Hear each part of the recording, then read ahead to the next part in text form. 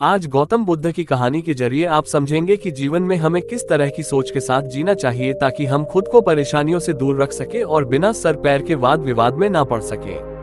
बुद्ध की प्रेरणादायक कहानी को शेयर जरूर करें और चैनल को सब्सक्राइब करना ना भूलें। एक बार की बात है, गौतम बुद्ध प्रवचन देने के लिए किसी गांव में गए थे। उस गांव में लगभग सभी लोग गौतम बुद्ध को बहुत मानते थे और उनके बताए सत्मार्ग के अनुसार जीवन जीते थे।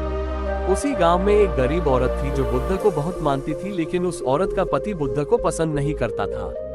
वो हमेशा गौतम बुद्ध की बुराई करता। उसका मानना था कि बुद्ध ढोंगी है और माया करके लोगों को बस में कर लेता है। एक दिन उस औरत ने गौतम बुद्ध से बहुत प्रार्थना करी और उन्हें दिन का भोजन करने के लिए अपने घर बुला लिया। गौतम बुद्ध ये बात नहीं जानते थे कि उस औरत का पति उन्हें ढोंगी समझता है और बुरा भला कहता है। बुद्ध दिन के समय अपने कुछ शिष्यों के साथ भोजन करने उस स्त्री के घर पहुंच गए। दिन का समय था, उसका पति घर पर नहीं था।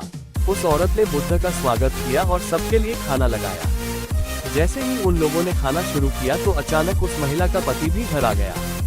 अपने घर में गौतम बुद्ध को देख वो गुस्से से लाल हो गया।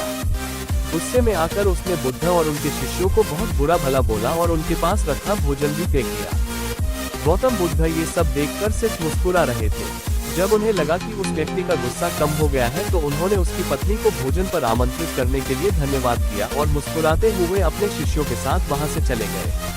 भगवान बुद्ध का ऐसा स्वभाव देखकर उस व्यक्ति को मन ही मन बहुत शर्मिंदगी महसूस होने लगी। वो खुद से घृणा करने लगे। सारी रात वो यही सोचता रहा कि इतना अपमानित होने के बाद कोई इंसान इतना शांत कैसे रह सकता है। उसे अपनी गलती का एहसास हुआ और वो अगले दिन बुद्ध के पास माफी मांगने के लिए आ गया। उस व्यक्ति को माफी मांगता देख गौतम बुद्ध ने उससे कहा, तुमने जो कुछ मेरे साथ किया वो कल किया था और आज एक नया दिन है। मैं बीते हुए को कल को याद नहीं रखता और जब मुझे याद ही नहीं है कि कल क्या हुआ तो तुम्हें उसके लिए माफी मांगने की भी कोई जरूरत नहीं है।